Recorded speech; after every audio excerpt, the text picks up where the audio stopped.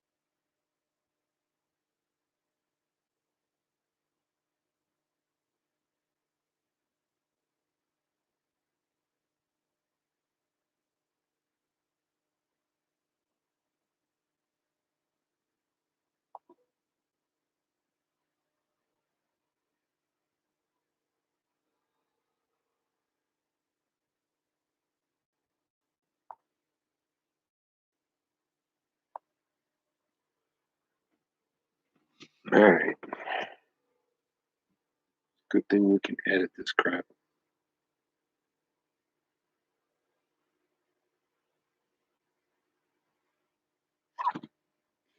Oh yeah, here we go. All right, let's see. Check this out. Just like that. Goes into camera mode. Okay, anyway. Holy cow. Doing it on my phone makes it even better than looking straight at the screen from the computer. What a trip. Okay, so let's turn this sucker around. All right, let's try that. Well, hey, that's kind of cool. We can do something like this.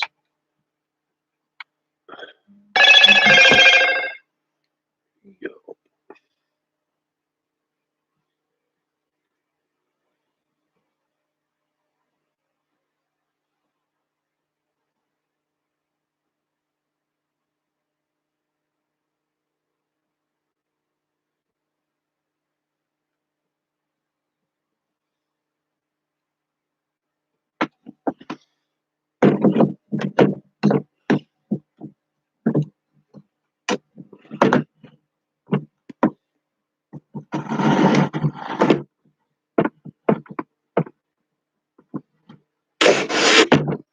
Oh, check that out.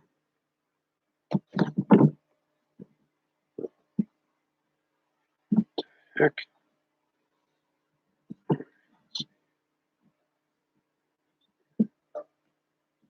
All right. Wow. Crazy, man. See which one looks better here. Go back and forth. Okay, the last video was about the networking and seeing if we could get, Bahizzy and all the rest of the boys together. And, Captain Jack wants to say hi here. Say hi, Cappers.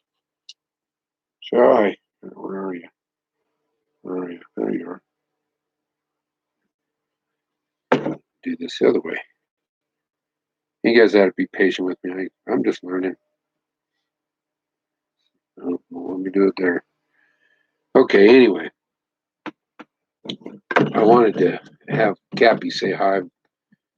I think I'm going to try to set up a kind of like a little brand, maybe do an introduction to say, have like I really want to do an analysis of the Lord's Prayer, and then maybe have a little intro with Cappy. Maybe play a video of him chasing a guy. I like how Doug Tenable does that little deal he does, but my style would be more like showing you a picture or showing you a little video. Watching Cappy chase a 1 gallon jug is pretty funny to watch. Anyway, okay, people. So, you know, as we network, as we learn from each other and we teach each other and learn from each other, and I know I'll probably do more learning than teaching for sure, because you know, even like I said in that one video where I've said, I've got 4 PhDs and 4 masters. So what I know could fill up books, but what I don't know could fill up libraries. My grandpa taught me that one time. Kind of funny how he did it. I'll tell you that story sometime maybe. But anyway, you know, I really hope that I resonate with some people that want a whole different type of a lifestyle than what they've experienced, and I live out in the dirt, and you know, I, it gets cold, and man, I'm happy. All I could say is I'm the happiest I've ever been in my life, and I know all by grand design, both from God and from my own willingness to stand for what I do. But anyway, as as we do the networking thing, and we kind of fix the government up, and we find out that President Trump was the president by a landslide, and how all of the things that happened after that time had to come to pass because it shed the light on the rats and the evils of the world and where it was coming from and who was involved, and it just really took it took the whole understanding of what was going on to another level. And even guys like me, I listened to George Carlin in the 1960s and the 70s and the 80s. I listened to him. I thought he was funny as hell. I used to use his skits all the time, pick up women. But then he got a little cynical for me, a little bit too far, so I stopped listening to him. But all the things that I had learned from him, I still took with me and believed in it, but I never knew what to do with that information. Well, okay, I grew up thinking, you know, the only 2 things you can't avoid are death and taxes, is what I was told, even though I don't always agree with that one, and that you couldn't fight City Hall. Well, I never believed that. It's like, one of my favorite artists, John Mellencamp, he goes, "I fight authority, and authority always wins." Well, you know, it's good and funny, man. It sounds pretty arrogant, but it's pretty true. I fight authority, and authority always loses. And oh, thank God. Knock on wood. Knock on wood, man. But anyway, just been lucky. So anyway, I go on these rants. I guess we all do. I guess that's how we get to know each other, man. This is good. So I want to show your videos, parts of your videos, learn how to edit, pull off things that you've taught me, things that resonate with me. And believe me, there are lots and lots of them. I want to get to the point where I can edit my videos with excerpts of your videos with your permission. I don't know how that whole thing works.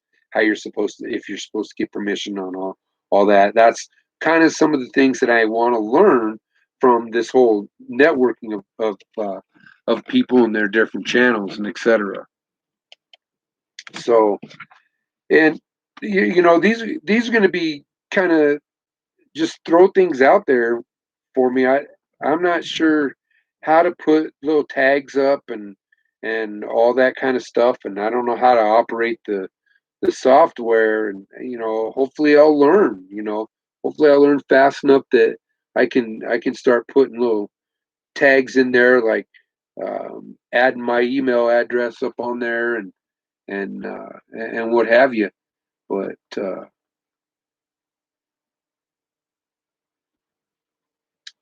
so to continue on with the thoughts about the whole networking thing, and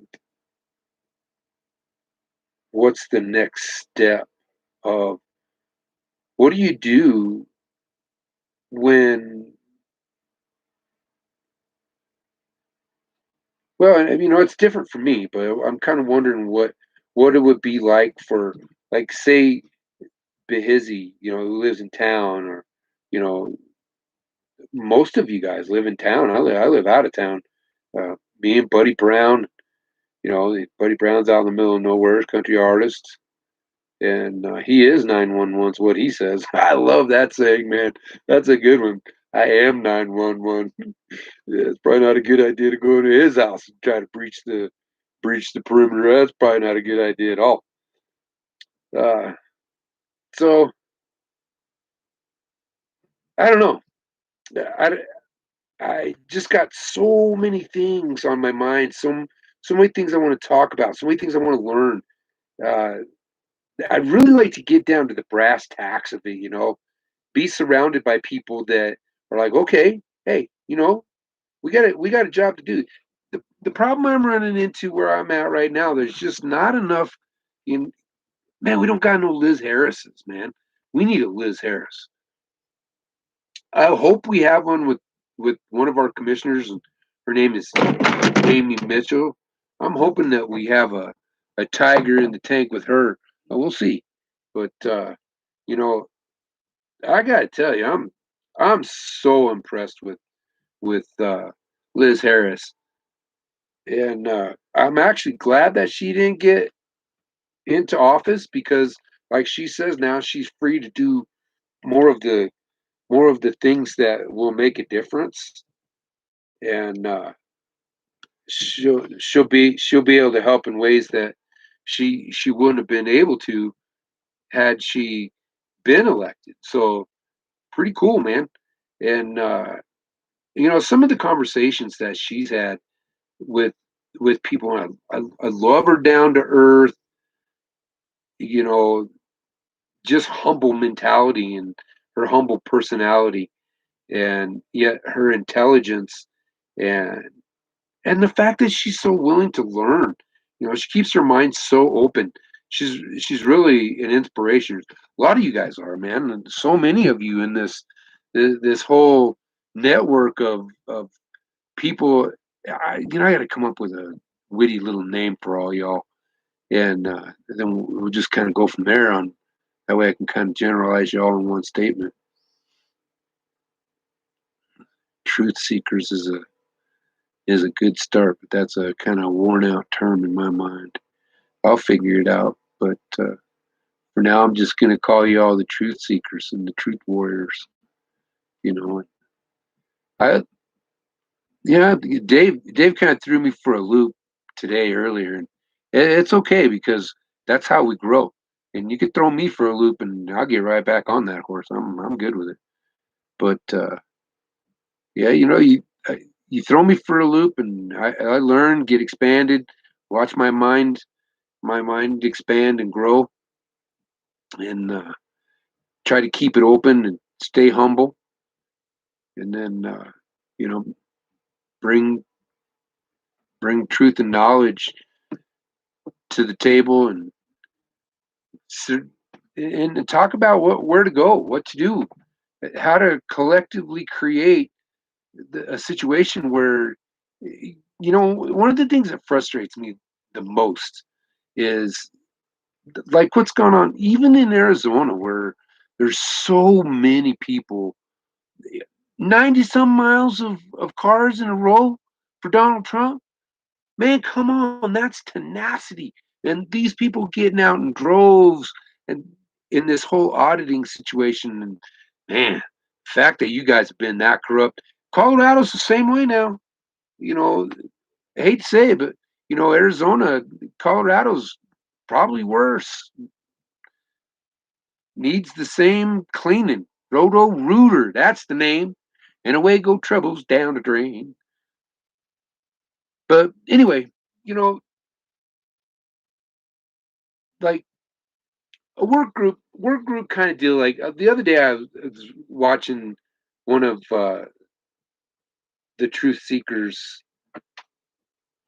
videos, and there was five of them on all at one time. And even with that many people on one live stream, and I saw Liz Harris had one of her morning deals with a whole bunch more of canvassers, and that was kind of cool. I didn't watch very much of it because there's only so many hours in a day, and luckily I have a little bit of extra time right now because I'm being lazy. What I'm the best at. So I got to watch quite a few and start doing these things here and start learning how to make videos, upload. I'll have to learn how to edit, try to get better pieces of equipment. I'm not actually going to worry too much about the equipment right now.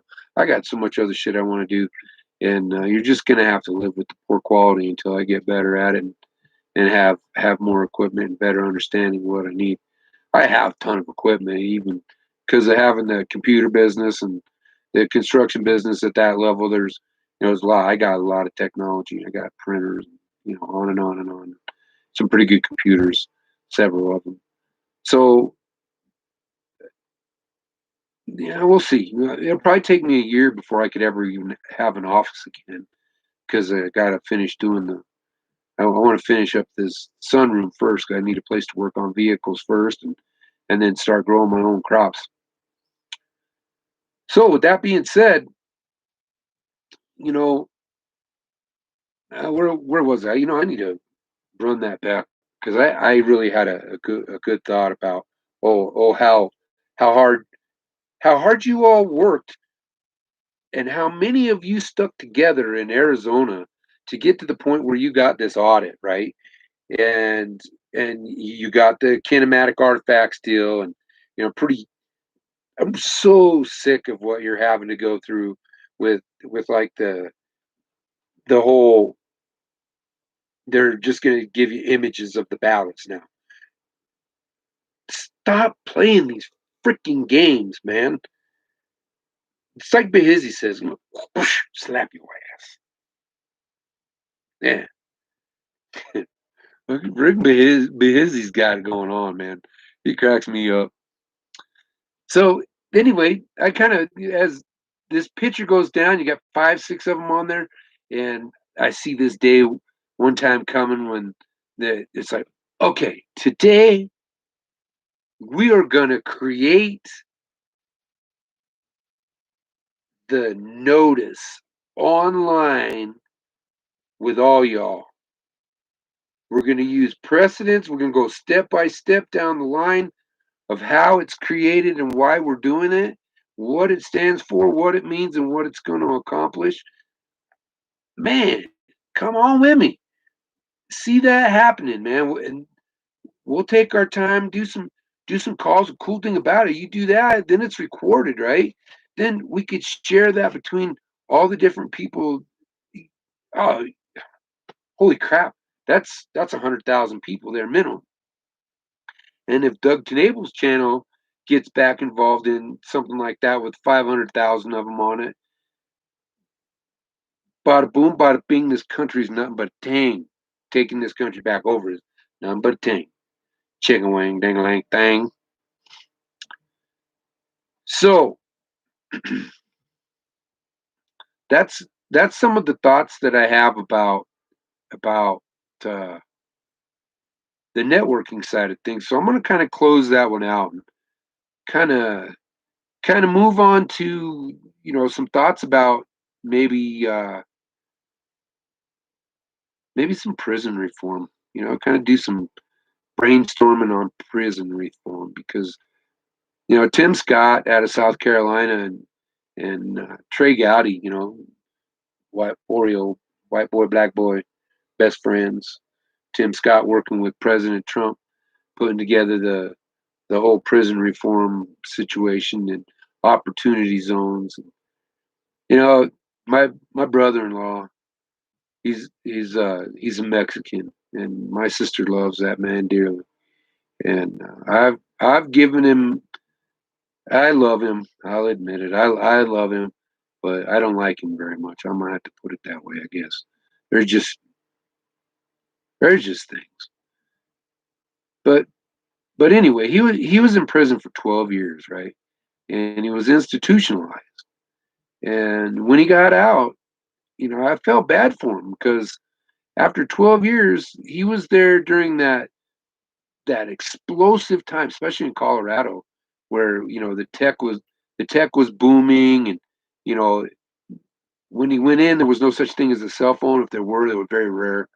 And when he got out, they were everywhere. Everybody had one, and every single person had one.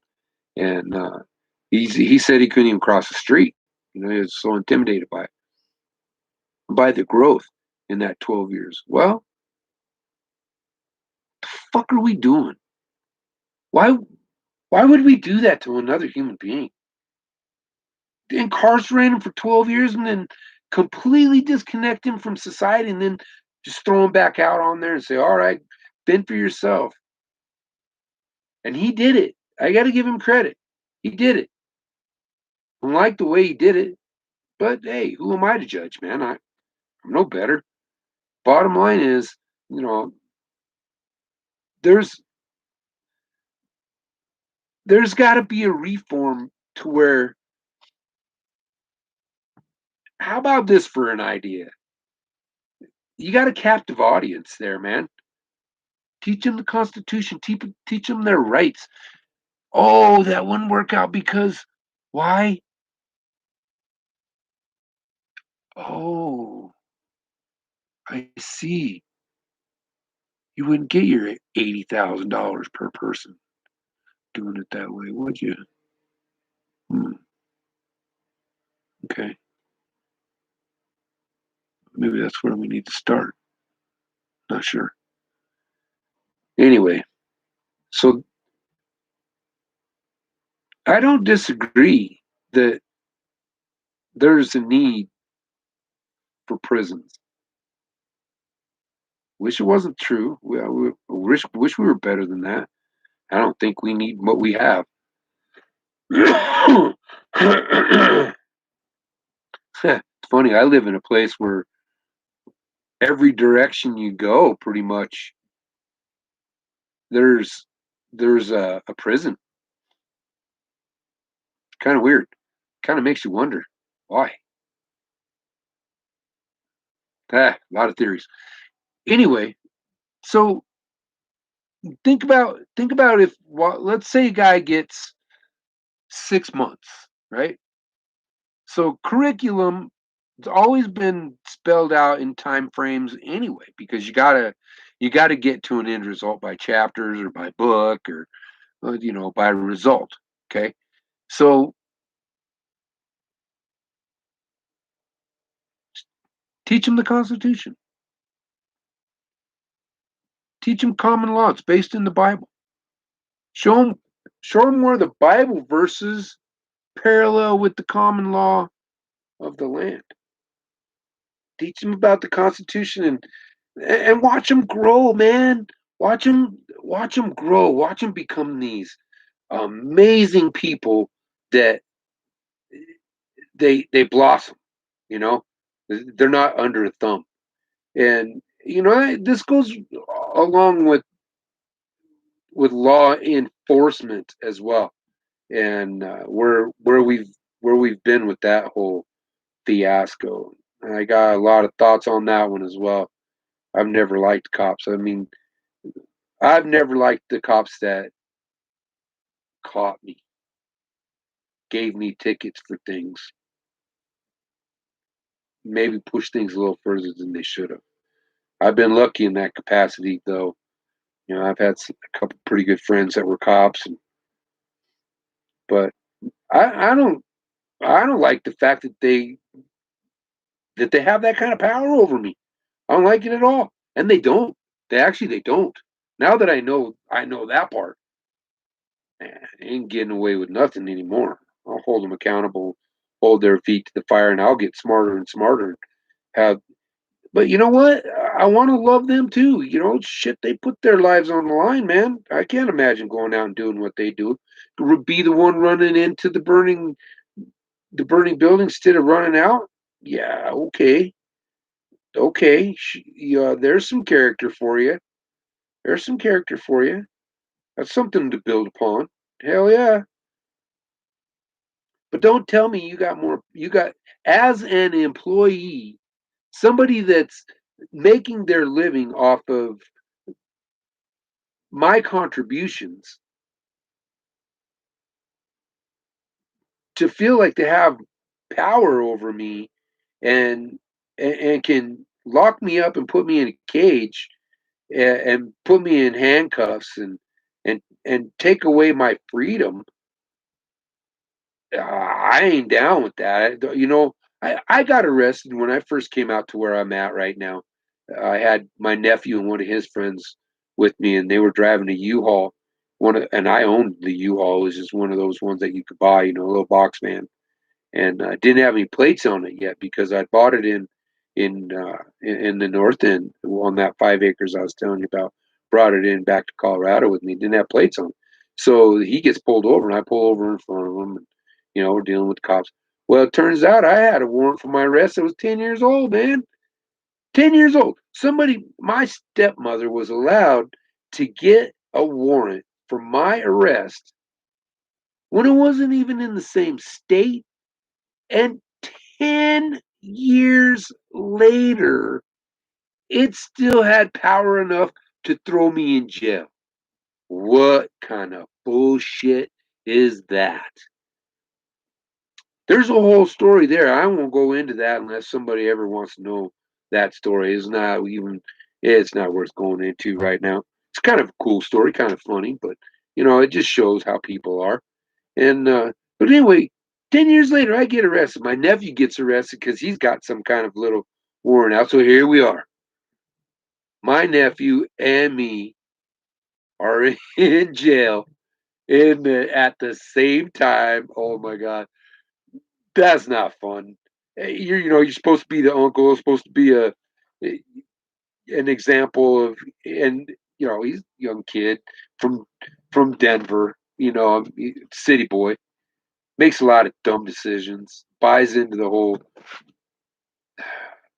"you'll own nothing and you'll be happy about it" thing. Not completely, because he's got a mind of his own, but you get the idea. I mean, you're propagandized enough, some of it sticks. No matter how independently minded you are. But anyway, so we're in jail, right?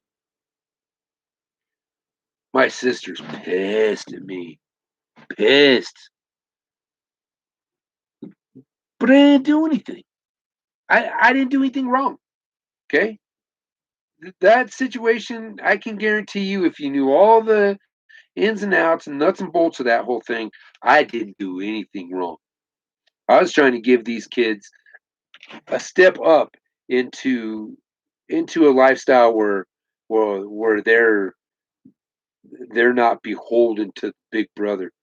And kind of, we got cut short. Whatever, it is what it is. But I carried on. I'm still building it. I'm still going to build it. Going to keep building until I get it built or die doing it. Whatever. So anyway, back to the prison reform side of it. So the nephew I was just telling you about is the son of my brother-in-law, and that just got out of that was in prison for 12 years. All right. So his boy, his son, 12 years of this boy's life, his father's been incarcerated, right? So at the time that I got arrested, I think he's what, maybe 15, 16, no, 16. Okay, maybe 16, whatever. He so all but 4 years of this kid's life, his father's been gone. His father's been out of his life, right? Whether I agree with why my brother-in-law got arrested or not, it doesn't matter.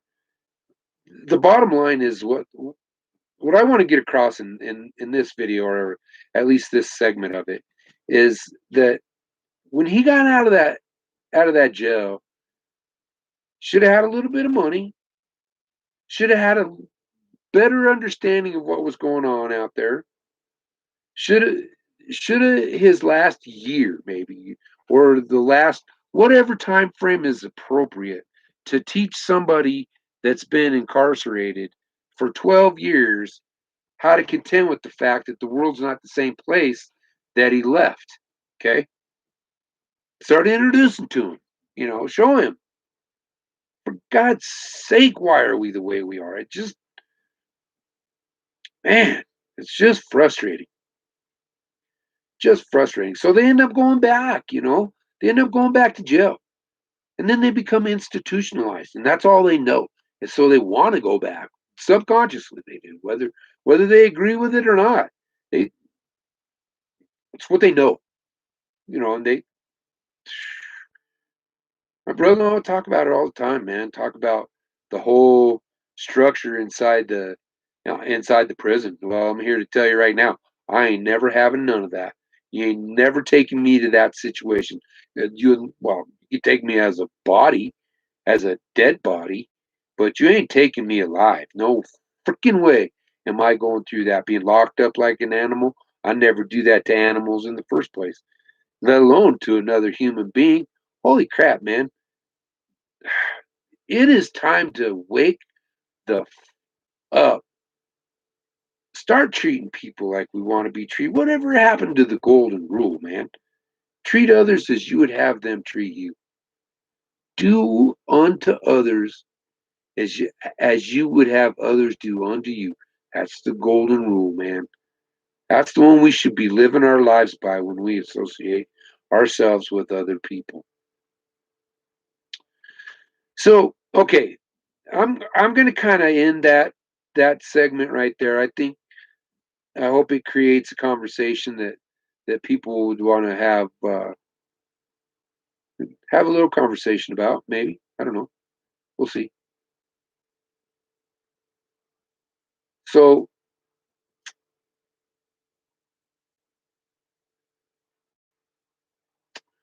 man, there's so many different things I want to talk about. So many different ideas that I got inside my head.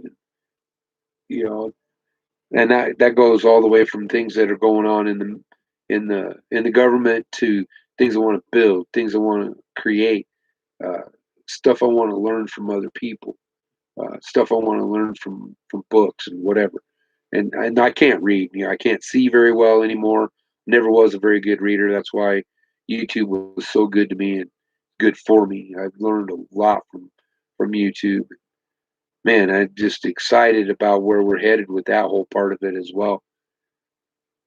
I wish we could just take YouTube away from YouTube, away from Google, and well, keep the platform because it works better than any of the rest of them, and keep the platform, use it uncensored, like CanCon going over to locals, and and Rumble, busy, so right, dude, Rumble sucks, and I tried because some of my favorite channels are only on Rumble now, or the easiest way to get to them is Rumble, because the other avenues that they have are even worse.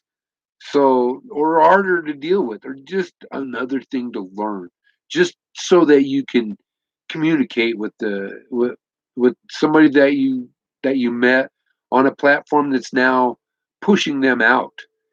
And it's really yeah, craziness, right? Censorship. Uh, man. Okay, Nazi playbook from 1930 something, whatever. Hmm. Open to page one. Hmm. That's what we're doing. Well, yeah, we're doing that too. Cool. Let me see your papers. Oh, wow. Holy crap. What we're going through right now is exactly what's in the Nazi playbook, man.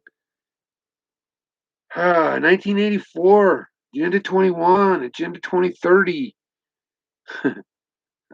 Yeah. All I have to say about that, surprise. Didn't happen, did it? You know why? Because God's way better than you. You should have just straightened up and flew right to begin with, Lucifer.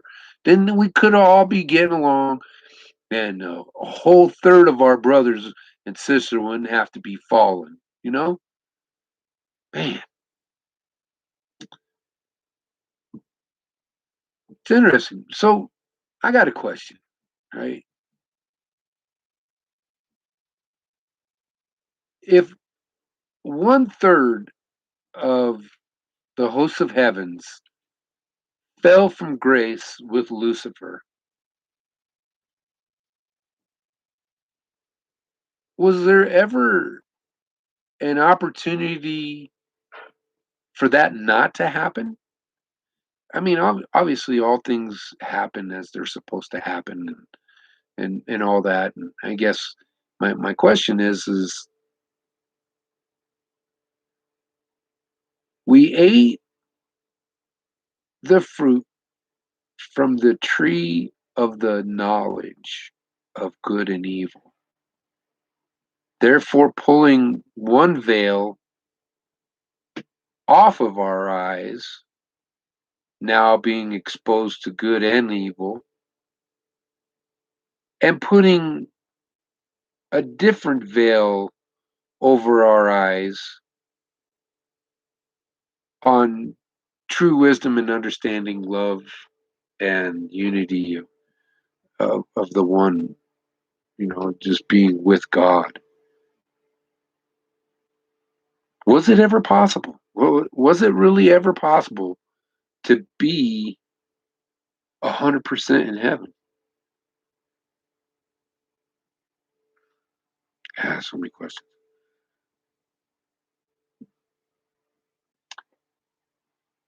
I I think the biggest message for me is one of my friends. He's a Mormon. He's my mentor and a business partner for a while. And I went to work for him and learned just a boatload from this guy. Extremely smart, very inspiring guy, very, very charismatic. And he's a Mormon. And he said to me one time, he goes, it's easy to love somebody that loves you, right? I mean, that doesn't really take that much effort. You want to love, pretty easy. The true test is to love somebody that spitefully uses you. How many times am I supposed to forgive my brother? 7 times, 70 times 7 times 70, or whatever that number is. At the minimum, it's 490 times. I've never forgiven anybody 490 times. Not, no, no. 2 times done. But that's the true test, man. And I've done a couple good things in that one, but you think about the grace of Christ, and the fact that he was willing to bleed out of every pore to take on all of our heartache and sorrow for all of time and eternity, man. And the fact that he felt every pain, every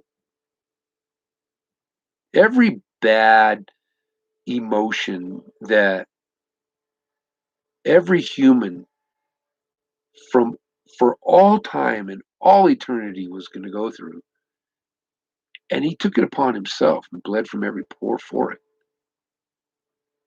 I can't imagine that kind of pain. I can't imagine that kind of emotional brutality. No way, man. And the fact that he was, first of all, that God was willing to put that the unbelievable, beautiful entity on earth in a capacity to try to get us to wake up and become more like them. So trippy. I wish I knew all the ins and outs of all of that, and one day we will. And it'll make a lot more sense to me why it all had to be the way that it had to be. But I'm grateful that it happened, man. As I think about, you know, I think about just the sins in my life and the fact that Jesus already paid for all those sins. And I try to straighten up and fly right, but I'm an old man, I mean, I should have had this thing under control when I was his age, man. Have to be at his level at his age, that's something. That's something. Pretty proud of that. Pretty glad I've seen that example. So it gives me hope. So all right, well, I hope maybe people will have some thoughts about that. Maybe as I throw this out there, even just in the universe, that some of these answers will come back. So I'm sitting at 42 minutes right now. I'm going to let it go to 42. I don't know, maybe 45. And I'm going to start creating some structure so that I can go much quicker and and through some thoughts. I'm really more or less just learning how to do this, how it feels, what I'm, you know, maybe I'll never do anything with any of these. I'll just throw them all away. Who knows? I don't know. And I'm going to be doing videos of my dog. He's being awful friendly today. I don't know why. Maybe because he loves the sound of my voice. Like, who the hell are you talking to, dude? Yeah, that's a first. I've seen somebody pick their nose on live TV or whatever. Not live TV, but you get the point. Probably have to cut that out, huh? I need an editor. All right. So love one another. Open your hearts. Forgive, forgive, forgive. And then as soon as you're done forgiving, forgive again. Because nobody's perfect. Nobody's better than anybody else.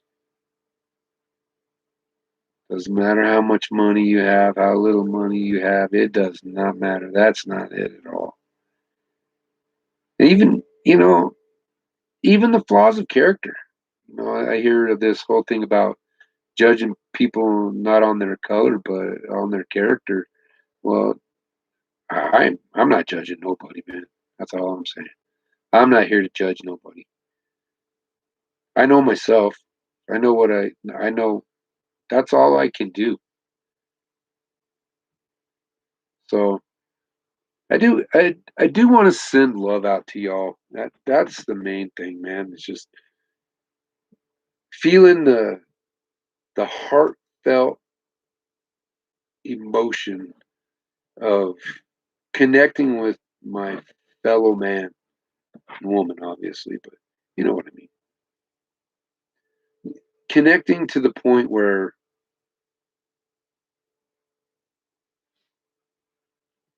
it doesn't matter whether we agree or disagree. So what? Agree to disagree, move on.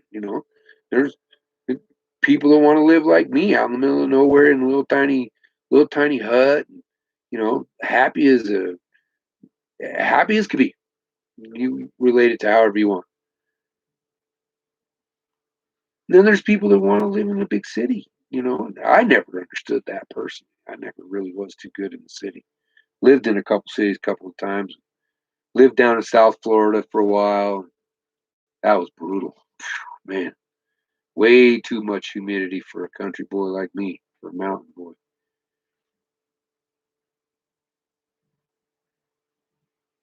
Well, guys, there's 9 minutes left on an upload that I'm doing, so I'm gonna try to stretch this out for 9 more minutes and try try to see if I'm throwing vibrations of love out to the world, yeah, to see what it comes back. See what comes back. I've been blessed, man. I know that being able to send the love out, that when it comes back and we start connecting with each other and start building this network of people and really start like whooping that ass, start reforming this government, start reforming this community and loving each other and getting back to being just loving, connected human beings, man. It's going to be beautiful. The collaboration of people that are unrestrained by the chains of government. It's going to be amazing to watch. We're living in a time that's never, no precedence, right? Living in a time that the Bible talks about. It's been prophesied about. Some people, some people believe it that way, and some people don't. You know, some people have their way of looking at what's going on in life and what's going on around the world in a completely different light than the guy next door. It's interesting how that's all that way, but it's okay because this too must come to pass. And when it does, and living through the chaos that we've lived through over the course of the last 40 years, which is really interesting because, man, I remember when I was a kid, what a great time. What a great time in life. You know, being free, I mean, we used to race our motorcycles and ride animals around and, not just horses, dogs, big dogs, and, whatever. Just, I tried getting on an elk one time. That was pretty funny. Didn't last long. Anyway, well, says there's 9 minutes still on it, 91% uploaded. So I'm gonna, kind of do the last little bit of shout out to some some really cool people like Dan Bongino, man. I watched over 1,000 of his videos of his podcast, and learned a lot from him. And there's just recently I kind of pulled away from that because I ran into the whole Patriot group that's right now getting my time because they're they're looking at reformations. How do you reform? How do you get back on track? How do you stop the tyranny and recreate life the way it's supposed to be? For me, it wouldn't matter. I mean, it's not going to change. It's not going to change my life very much. The way things are going. No matter what happens, it's not going to change my life all that much. It will in one sense or another, depending on which way it goes. But if we're all in the driver's seat and we put things back in order the right way, smooth transition for me into a life much much better, and a lot of really cool people will come along for the ride and be founders and pioneers of a whole new way of living. Like Behezi and Doug TenNapel and Nick Moseder, CanCon. There's a lot of them. You guys are special though. Dave Jose, I gotta give. So this is the shout out section, and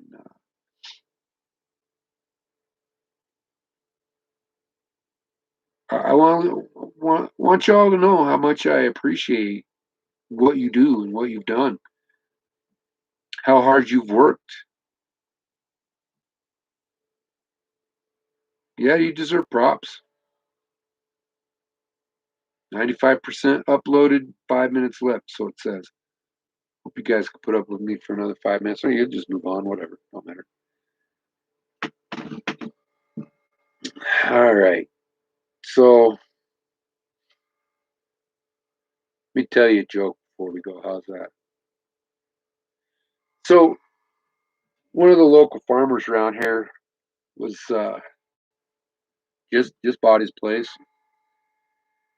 He was looking for a donkey, a rooster, and a hen to complete his farm. Put it all together, what he needed. So he thought, well, shit, I'm just gonna run around. I'm gonna meet all my neighbors and get my donkey and my rooster and my hen and bring them back and start keep carrying on. So he goes to the first place and knocks on the door and comes out, talks to him, tells him, hey, I'm newest neighbor over here, not far from you, within walking distance.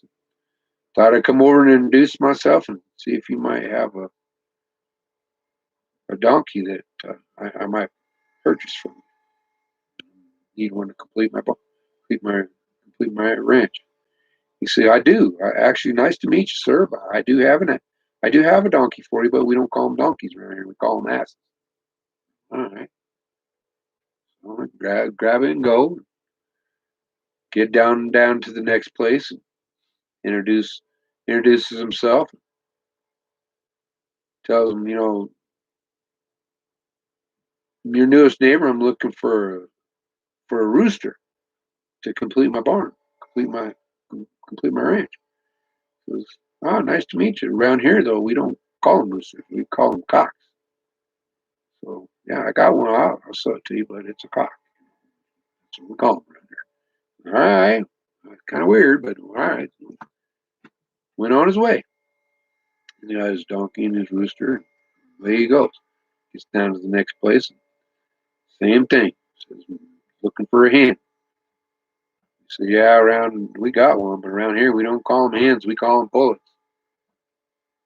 Fair enough.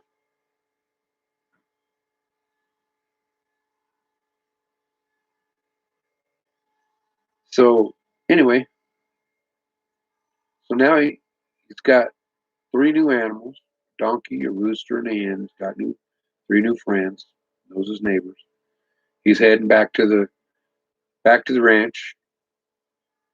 Halfway there, the donkey starts getting stubborn. Won't move. He's got his hands full trying to keep the rooster and the hen with him. And he's like, holy crap. Luckily, now, luck would have it. Lady come walking down the path and come the other direction. And introduces himself and says, she asks, are you having some problems there, sir? He says, yeah, the dang ass of mine won't won't cooperate. She said, was there anything I could do? We said, well, yes. He thought about it for a second. He goes, would you hold my cock and pull it while I kick my ass? Not that funny, but whatever. I love y'all. See ya.